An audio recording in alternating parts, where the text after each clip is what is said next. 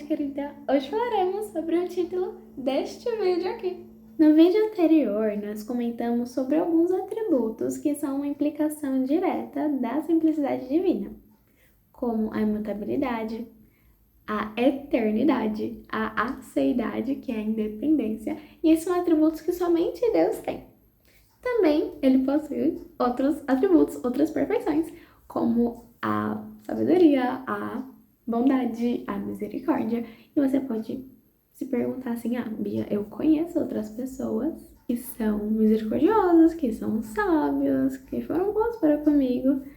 Sim, nosso Deus é muito bondoso, ele concede isso às pessoas, mas somente ele é imutavelmente misericordioso, infinitamente bondoso e eternamente sábio. E sempre bom lembrar, toda dádiva, todo dom perfeito vem do alto, vem de Deus, em quem não há mudança ou sombra de variação, e ele concede isso graciosamente às pessoas. Estudar o ser de Deus é muito valioso. Nós temos visto, que Deus é simples, portanto, ele é perfeito, ele é imutável, ele é eterno, ele é independente. Olha só, temos uma base extremamente confiável e estável para nossa fé se fundamentar. E hoje eu quero conversar com vocês, vamos nos aprofundar no tema sobre a glória de Deus de novo, e como que ela é o fundamento sólido para a nossa verdadeira alegria. Então vamos lá, o que é glória de Deus? Para nós compreendermos isso, vamos lá no capítulo 6 de Isaías, onde Isaías tem a visão do Senhor num alto e sublime trono, e a aba do seu manto enchia o templo. E os serafins clamavam: Santo, Santo, Santo. Toda a terra está cheia da sua glória, certo? Talvez a gente poderia imaginar santo, santo, santo, a terra está cheia da sua santidade, mas eles falam glória. Então, quando a santidade, no caso, a santidade é um atributo de Deus, é uma perfeição divina, E quando ela se torna pública, os serafins chamam isso de glória. Logo, nós entendemos que a glória de Deus é o resplendor, é a manifestação dos seus atributos. E foi para isso que nós fomos criados, para a glória de Deus, para tornar público a beleza, a grandeza, a moral do seu caráter, para que brilhe a nossa luz diante dos homens e eles glorifiquem ao Pai que está no céu. Esse é o propósito de todo ser humano. E é só assim que nós nos sentiremos completos e felizes e alegres. Por vezes estamos inconstantes porque estamos tirando os nossos olhos de Jesus Cristo. Nós que somos a criatura ficamos oscilantes, instáveis, longe do nosso Criador, que é a nossa rocha firme e inabalável. Que a nossa alegria não dependa das coisas criadas, que não busquemos na criatura aquilo que somente o Criador, aquilo que somente Jesus pode nos dar. O Pai fala muito que o ser humano busca ser alegre e completo, isso está atrás de toda a ação dele, a motivação de toda a ação humana. E que isso não é pecaminoso se for depositado no lugar correto, que é em Deus, nos seus mandamentos, nas suas promessas. Cabe ressaltar que nós não adicionamos glória a Deus, porque ele já é perfeito e completo, e daquilo que é perfeito nada é somado, porque senão nós estaremos aperfeiçoando isso, e Deus já é absolutamente perfeito e completo em si mesmo. Deus não precisa da gente para manifestar a sua glória, ainda assim, na sua graça, ele quis manifestar a glória dele através da gente, que agora a glória dele fosse ser conhecida através de nós. Tem a natureza já que manifesta a glória de Deus, manifesta a criatividade do Senhor, manifesta a imensidão do Senhor, mesmo que o mar não seja infinito, ela dá essa impressão, E eles declaram que são dependentes de Deus também. Os seres humanos também glorificam a Deus por serem mais a semelhança dele. Mas além disso, ele manifestou a sua glória, a perfeição do seu justo amor, da sua amorosa justiça escolhendo um povo caído, resgatando pecadores que eram os seus inimigos e cancelando o escrito de dívida que lhes era contrária, cravando numa cruz. Deu-lhes fé e o santifica. Nós temos comunhão com Deus e somos instrumentos para revelar a suprema beleza, o ser do próprio Deus. A alegria do cristão é indizível, ultrapassa qualquer explicação porque ela está fundamentada no próprio Deus. Ela repousa no imutável e glorioso Deus. Olha tudo que Deus fez para a glória dele. E você vai ver que é justamente aquilo que você tem de mais precioso. Tá? O principal objetivo desse vídeo é que você se encante com a glória de Deus, é que você se alegre nela, descanse nela, proclame ela e busque viver a sua vida para ela, em cada aspecto dela. Que você passe a louvá-lo com mais vigor. Né? E que toda vez que você vê lá na Bíblia, Deus fez algo para a sua própria glória, que você se alegre, porque a glória de Deus é a base da sua alegria. Tá bom? Então, vamos lá para Efésios 1, do 3 ao 14. Nós conseguimos ver diversas coisas que Deus fez para a sua glória, que são coisas extremamente belas. Uma das coisas é a adoção. Ele nos adotou por meio de Jesus Cristo para a sua glória. Ele nos escolheu, segundo o plano de Deus, né? Conforme o conselho da sua vontade. Ele nos selou com o Espírito Santo e Jesus voltará e nos resgatará para a sua glória também. Tudo isso foi para a glória de Deus. E essa é a nossa maior esperança. Então, aquele questionamento, você vê que ele vai caindo por terra, aquele questionamento sobre se Deus ele exalta a sua própria glória, isso não faria dele egoísta? Porque, olha, nós estamos percebendo que o fato de Deus fazer tudo para a glória dele resulta num ato de amor para conosco. Porque Deus, ele é o único ser autossuficiente, perfeito, independente, como a gente tem conversado até aqui. E estamos vendo que nós precisamos de um Deus que seja exatamente assim, do jeitinho que ele é. Quando damos glória a Deus, estamos reconhecendo que tudo pertence a ele, né? Que dele, por ele, para ele, são todas as coisas. Confiamos no domínio dele, né? Perfeito sobre tudo. E que nada mudará o nosso fiel Senhor. Nós precisamos de um Deus assim para experimentarmos a paz que excede todo entendimento que Ele mesmo nos promete. Para irmos ao encontro dele quando nós fraquejarmos e assim poder dizer, né, como Davi, no Salmo 73, 26, o meu corpo e meu coração poderão fraquejar, mas Deus é a força do meu coração e a minha porção para sempre. Notem que é para sempre. Deus sempre é forte. Ele não fraqueja como nós humanos. Dessa forma, ele se faz uma fonte inesgotável de força. Porque por mais que o nosso coração fraqueje, Deus é a nossa força, a força do nosso coração para sempre. Então, podemos permanecer de pé, confiando na força que vem dele, na força que nos supre. Se Deus agisse visando a glória de qualquer outra coisa, isso significaria que não é ele o digno de toda a glória. Isso levaria a um Deus que não é perfeito, que teria alguma falta, portanto seria dependente e mutável. Seríamos totalmente perdidos. Deus não seria a nossa rocha eterna, o nosso refúgio. Assim, seria um Deus em quem não poderíamos depositar toda a nossa esperança. E nós teríamos que depositar a nossa esperança em algo criado, em algo limitado, em algo dependente. Logo, algo que não pode nos sustentar eternamente. Mas o Deus verdadeiro, o Deus da Escritura, é imutável, completo em si mesmo e não dá a glória a outrem. Aleluia! E se outro ser fosse digno de glória, isso significa outro ser supremo, que seria independente também, e isso não faz sentido. Ninguém é superior a Deus. Nele tudo existe, vive e se move. Ele não depende de nada, mas tudo depende dele. O Herman Bavinck fala que o conselho de Deus e o seu bom prazer é a base fundamental de tudo aquilo que ocorre e existe. Consequentemente, ele faz tudo por amor ao seu próprio nome e ao seu louvor, né?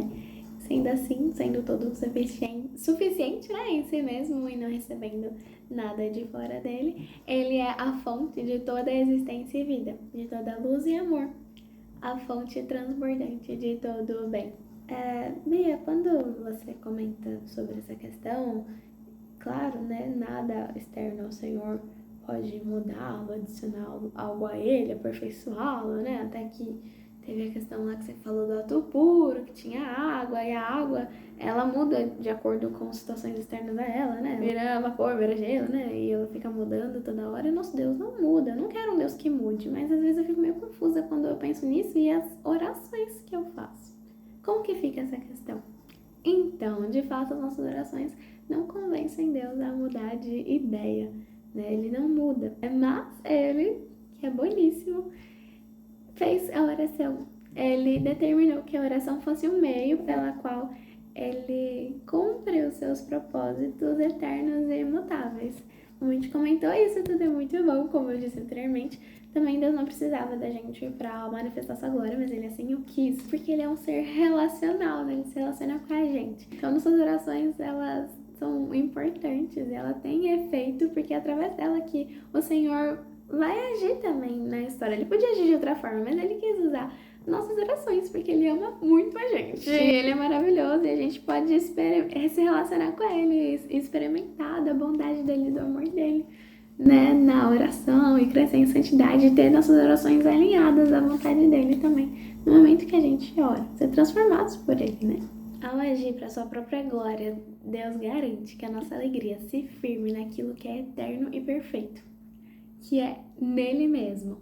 E nisso não há egoísmo, é graça.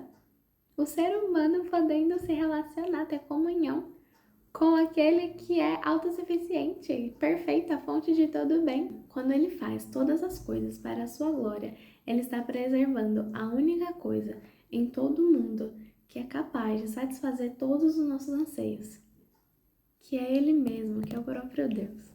Eu anseio do fundo do coração que quando você leia a Bíblia e leia ali que algo foi feito para a glória de Deus, você se alegra em saber que os atributos de Deus, né, sua fidelidade, sua bondade, seu amor, sua imutabilidade, que faz Deus ser tudo para ti, tudo para nós, né, vão ser manifestos naquela ação. Logo a glória de Deus vai ser manifestada. Logo você pode se alegrar ao se lembrar da razão da sua alegria, ao contemplar esses atributos. E eu anseio que sua alma se aquiete, sabendo que ocorra o que ocorrer, Deus sempre será glorificado. Deus está no céu, fazendo tudo aquilo que lhe apraz, fazendo tudo aquilo que o agrada, e a sua vontade sempre é feita. Sabendo que o Senhor frustra os desígnios das nações e anula o intento dos povos, o conselho do Senhor dura para sempre, os desígnios do seu coração por todas as gerações. Sabendo que tudo ocorrerá para a glória de Deus, nós podemos descansar e se alegrar, pois sabemos um pouquinho mais do quanto essa glória é belíssima e majestosa. Ela é o fundamento da nossa alegria, da nossa confiança e segurança no Deus que não carece de nada, que se é para a glória de Deus, consequentemente, será para a sua alegria também. E a gente vê como que glorificar a Deus e se alegrar nele está super relacionado, né? O fim principal do homem é glorificar a Deus e se alegrar nele para sempre. Então nós nos alegramos na glória de Deus, no fato dele ser os seus atributos. E toda vez que ele é glorificado, nós nos lembramos da razão da nossa alegria. Por isso, devemos nos alegrar quando Deus é glorificado através da vida de outra pessoa que não a gente. Nos alegrarmos na glória de Deus nos ajuda a lutar contra a cobiça, contra a inveja. Então, quando a pessoa faz algo super bem, quando a pessoa tem algum dom, você se alegra, porque a glória de Deus está sendo manifestada nela, porque quem deu essas coisas boas que ela tem, que ela faz, foi o próprio Deus. Eu gosto muito do versículo que está lá em 1 Coríntios 4, 7, vamos abrir juntos. Em 1 Coríntios 4, 7 diz: pois quem te faz diferente? E que tens tu que não tenhas recebido? E, se o recebeste, por que te glorias como se não houvera recebido? Sabe, tudo vem do Senhor. Então, nos alegramos no Senhor? Nos alegramos no Senhor sendo é manifestado através de qualquer pessoa, porque a gente se alegra no Senhor. Porque a gente sabe que o que a gente tem também, a gente se alegra nele. Então, até quando nós somos usados para refletir essa glória, nós nos alegramos no Senhor e a gente não se gloria como se aquilo fosse algo que veio das nossas próprias habilidades, mas damos a glória a quem é devida, que é a Deus, que nos deu isso, né? Não tem nada que a gente tenha de bom que não foi algo que foi dado por Deus, né? Nós recebemos tudo. Então, Deus nos fez para a glória dele, para que a gente se deleite na glória dele, em quem ele é. Assim teremos sempre motivo para nos alegrarmos. Devemos redirecionar o nosso olhar durante o nosso dia. A vontade de Deus é que nossa alegria seja completa. A gente vê isso lá em João 15:11, que diz que, para que sua alegria seja completa, obedeça os mandamentos. Permaneça no amor de Cristo. Em João 16:22 mostra que a nossa alegria nunca vai ser tirada. A alegria que o cristão tem na ressurreição de Cristo, na vitória de Cristo sobre a morte. E logo em seguida, em João 16:24, fala da alegria sendo completada em saber que nós podemos ter acesso direto ao Pai, orando em nome de Jesus. Então, o nosso Cristo como nosso mediador. Temos muitos motivos que são dados a nós para que nós nos alegremos. Concluindo o que a gente conversou até aqui, então se Deus não fizesse todas as coisas para a sua glória, nós não poderíamos encontrar felicidade nele, mas em nenhum outro lugar. Porque não existe nenhum outro lugar ou nenhuma outra pessoa que é perfeita e impecável. Logo, o fato de Deus fazer tudo para a sua glória é o nosso maior bem. Pois foi para isso que nós fomos salvos, para a sua glória. Foi para isso que nós fomos criados, para a glória de Deus. E esse é o nosso maior propósito de vida, glorificar a Deus. Um dos pilares da Reforma Protestante foi o Sólio Deo Gloria, que significa glória somente a Deus. E isso vai desde a salvação até a nossa vida aqui cotidiana. Tá bom? Então, sim, pela graça nós fomos salvos por meio da fé. Isso não vem de nós, é um dom de Deus, então toda a glória é para Deus. Mas também na nossa vida cotidiana, tudo deve ser feito por meio de Deus e para Deus. Em 1 Coríntios 10:31 diz: quer comais, quer bebais, façais tudo para a glória de Deus. Tudo. Até a ação mais simples do seu dia deve ser feita diante de Deus, deve ser feita na dependência de Deus, deve ser feita para exaltar a Deus.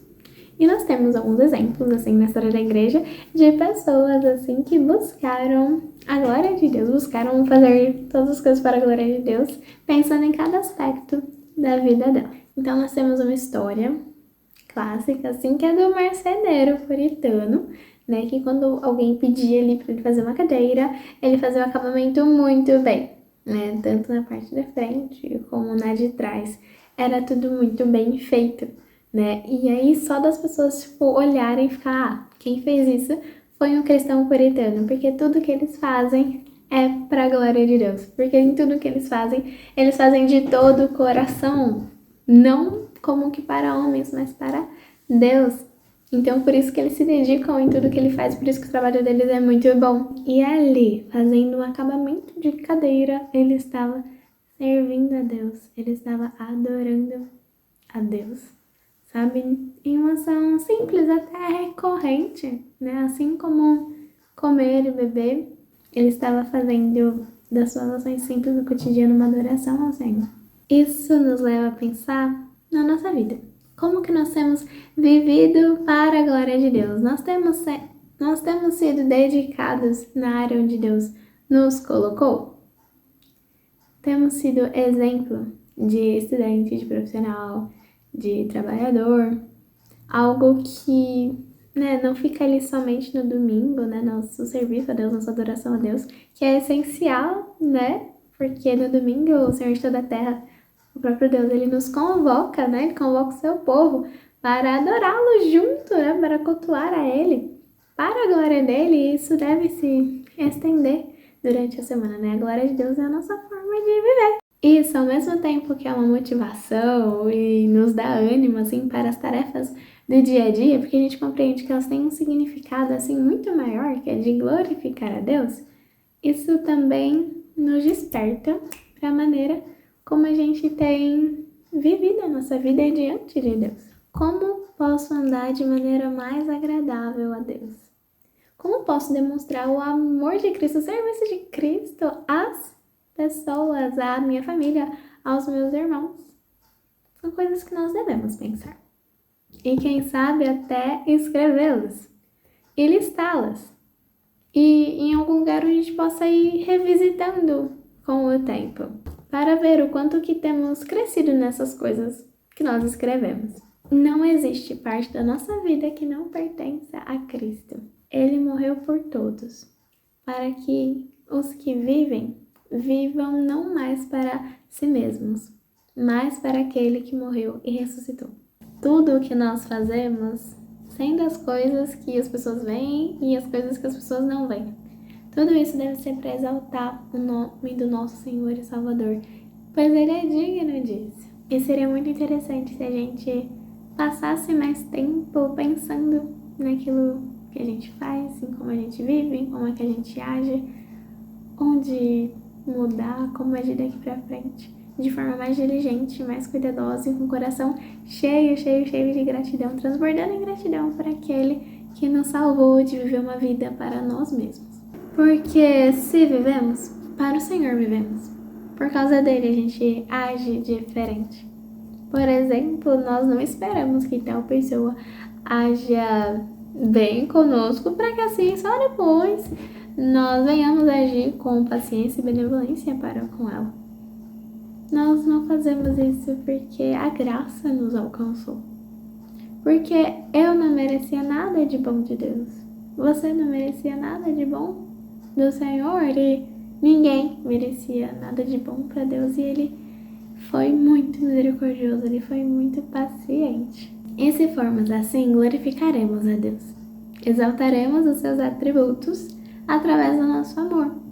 E é o amor que fará com que as pessoas conheçam, saibam que nós somos discípulos de Jesus Cristo. Se alegrar na glória de Deus também nos auxilia na luta contra o pecado. Eu faço coro com John Piper quando ele diz que todo pecado ele nasce de uma incredulidade às promessas de Deus.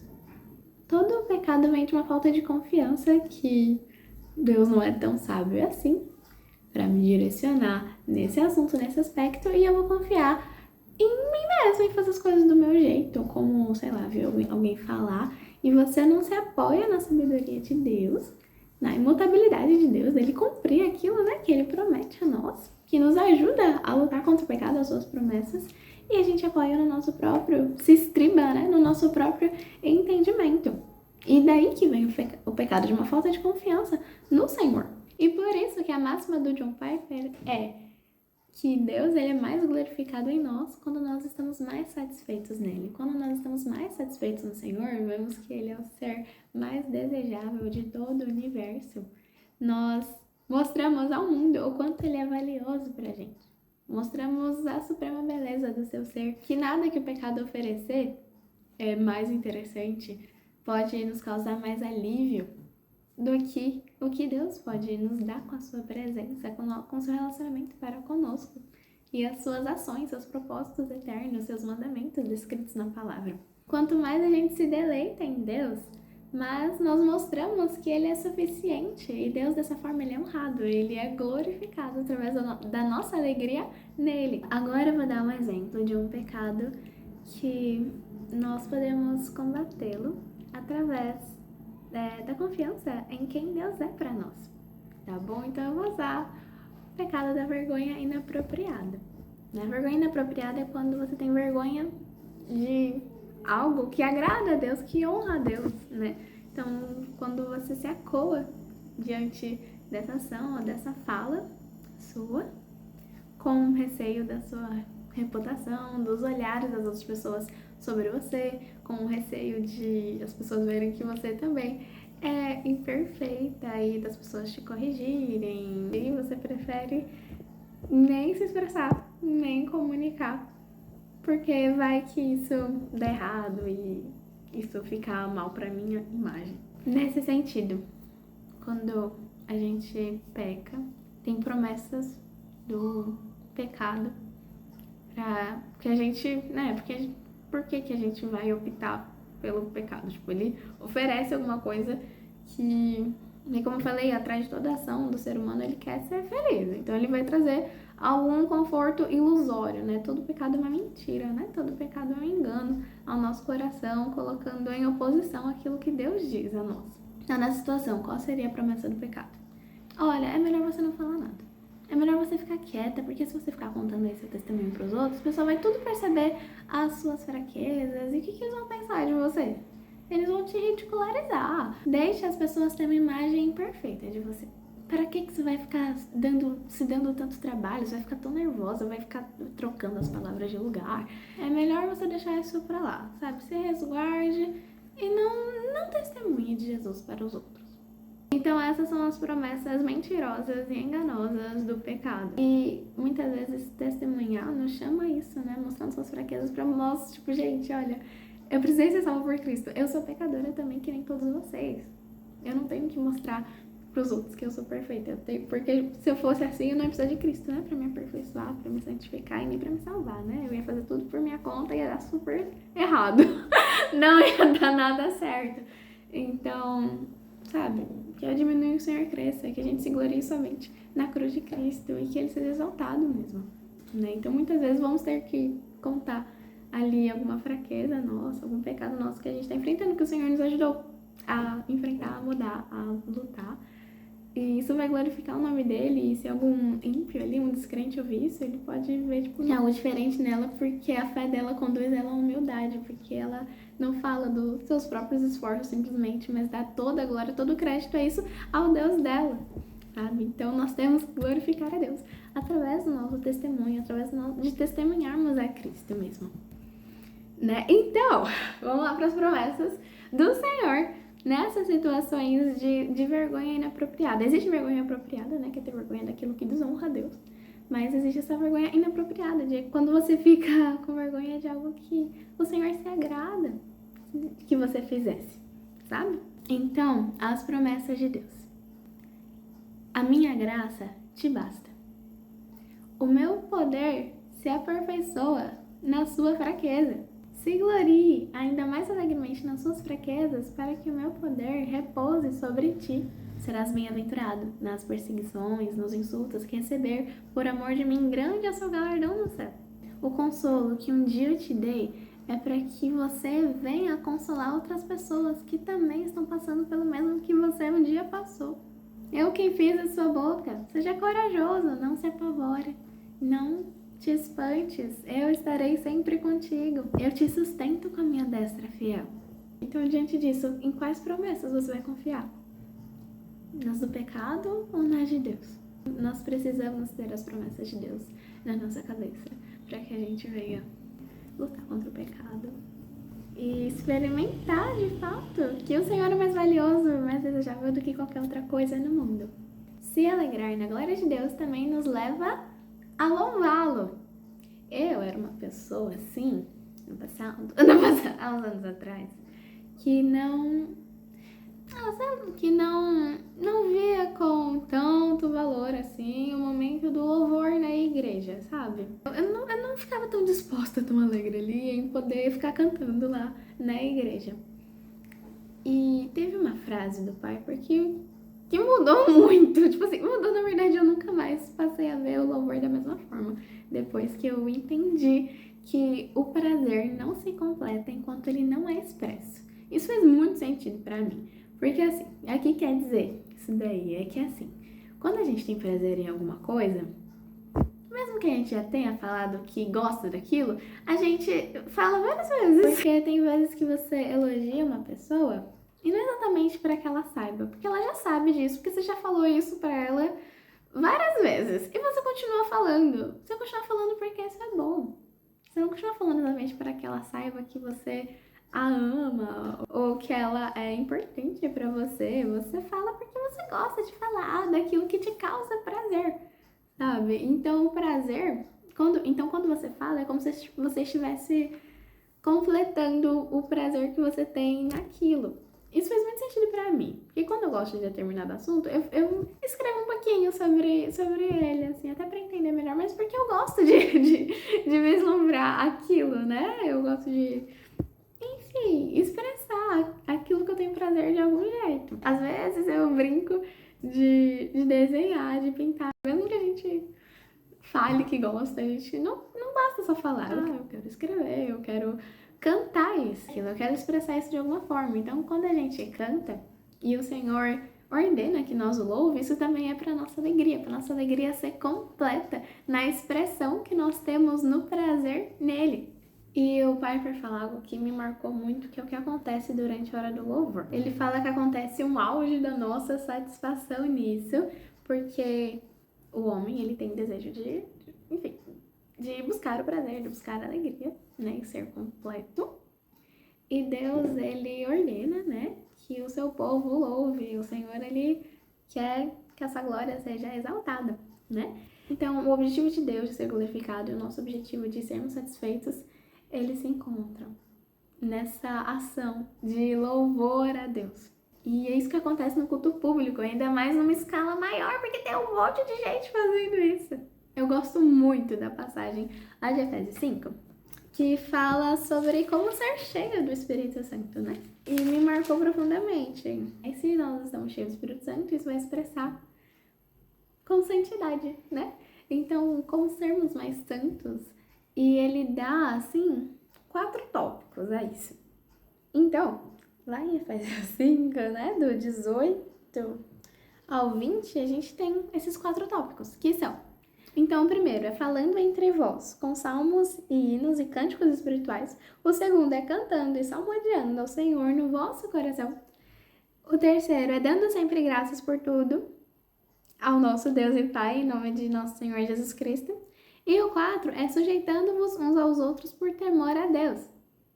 E por isso que o que vem em seguida mostra como que funciona essa sujeição uns aos outros, dando o exemplo do casamento, dos pais e filhos. Então, cantar, e aqui fala que é entre vós, né? Então, pessoas, essa ação comunitária também, né? Que para nós crescermos em santificação, na parte que comenta, né, dos cânticos espirituais e da sujeição uns aos outros, né? Então, você cresce ali, né, em santidade, dando graças ao Senhor, ali que é uma ação mais individual, mas imagina se você estiver com várias pessoas dando graças ao Senhor, né? O quanto que isso vai satisfazer o nosso coração e nos levar à santidade, nos levar a ver coisas que a gente não veria sozinho e sermos consolados com o consolo que o Senhor já derramou sobre essas pessoas, né? E ser exortados em pecados que a gente talvez não percebia, que faz com que a gente não nos endureçamos ali, né? Pelo engano do pecado, né? Então, se alegrar na glória de Deus nos leva a louvá-lo e isso nos leva à santificação também. Então, tudo isso é muito bonito.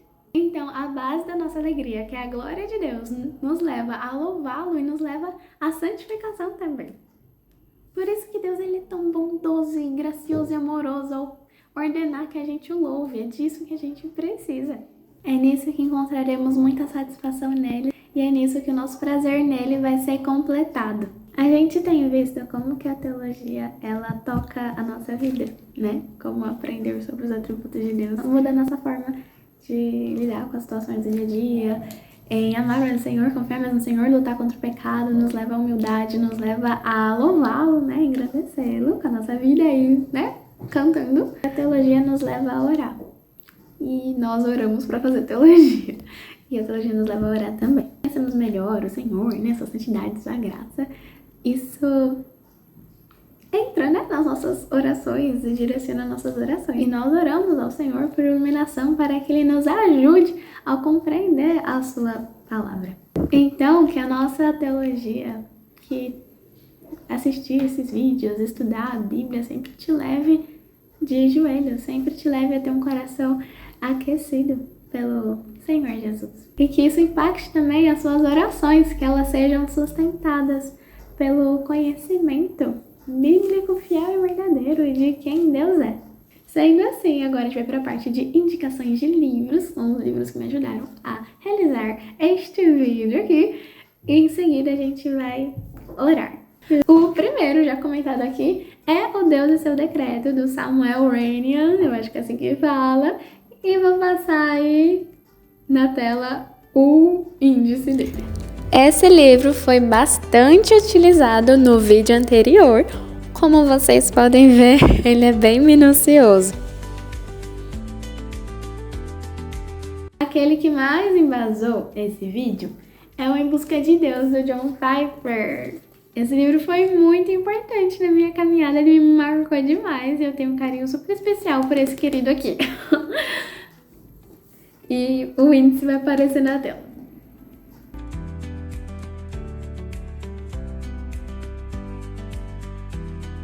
E um que eu comentei brevemente, mas também é super importante e nos ensina a lutar contra o pecado, tendo em vista a glória de Deus, a confiança nas promessas do Senhor. Ele é muito bom, é do Piper também, lutando contra a incredulidade. E o índice vai passar na tela também. Tadá! Tá bom, e agora nós vamos orar sobre um pouquinho daquilo que a gente ouviu hoje. Obrigada, Deus, por ter me conduzido nesse vídeo até aqui. Mas eu quero clamar ao Senhor o que está escrito lá no Salmo 115. Não a nós, Senhor, não a nós, mas ao seu nome da glória. Eu não sou imutável, Pai. Eu não sou toda bondade, eu não sou autoexistente, eu não tenho vida em mim mesmo para poder dar e sustentar vida. Eu sou totalmente dependente. Então, que não olhem para mim, Senhor, que olhem somente para Ti, pois é de Ti que as pessoas precisam. Somente o Senhor possui esses atributos e é digno de receber glória e adoração. Mesmo que eu venha ajudar as pessoas, me ajude nisso. Mas eu sou cheia de falhas e pecados, mas somente o Senhor nunca falhará. Então, por amor da Tua misericórdia, não a nós, não a mim. Ao Teu nome da glória, Pai. Pois só o Senhor é a fonte de toda dádiva, imutável, fiel a si mesmo, de eternidade a eternidade. Por isso, altamente confiável, por amor à Tua fidelidade, ao Teu nome da glória. Pois o fato do Senhor ser fiel a Ti mesmo faz com que o Senhor seja sempre quem o Senhor é. Toda justiça, toda bondade, com seu santo, sábio, perfeito e eterno amor. Isso faz com que o Senhor seja tudo para mim. Eu clamo que a glória seja dada somente a Ti, e eu me alegrarei nisso. Clamo por Tua misericórdia, livra-me de mim e de todo desejo de exaltação indevida, quando a minha alma abandona quem ela deveria se apegar, quando ela parece que se esquece que ela foi criada para Sua glória e acaba se tornando um fim para si mesma. Oh, Senhor, eu confio na Tua fidelidade a Ti mesmo, que eu sempre encontre na beleza do Teu ser graça para cada uma das minhas necessidades. Ensina-me a ver dia após dia como o Senhor tem sido amoroso para comigo, ao manifestar a Sua glória e por me usar para esse fim. Que a minha vida Te exalte, que o meu trabalho seja para o Senhor, que eu viva para o Senhor, respire para o Senhor, coma e beba para a Tua glória e Te louve com os meus lábios. Que Te glorificar seja meu maior prazer e que eu viva na absoluta certeza que o Senhor é o meu maior bem. E se eu tenho o Senhor, nada me falta, pois tudo que eu preciso eu já tenho em quem Tu és. Oh, Pai, me ajude na minha confiança, ajude-me na minha incredulidade e aprofunde tamanho conhecimento na minha vida e que seja o conhecimento que desça ao meu coração e que eu possa experimentá-lo dia após dia e viver das delícias perpétuas da Tua presença. Em nome de Jesus. Amém. Essa é a minha oração. Eu anseio que também seja a sua oração e que a forma que a gente vive possa testificar que a gente, de fato, confia em quem Ele é. E é isso! Estamos juntos nessa jornada.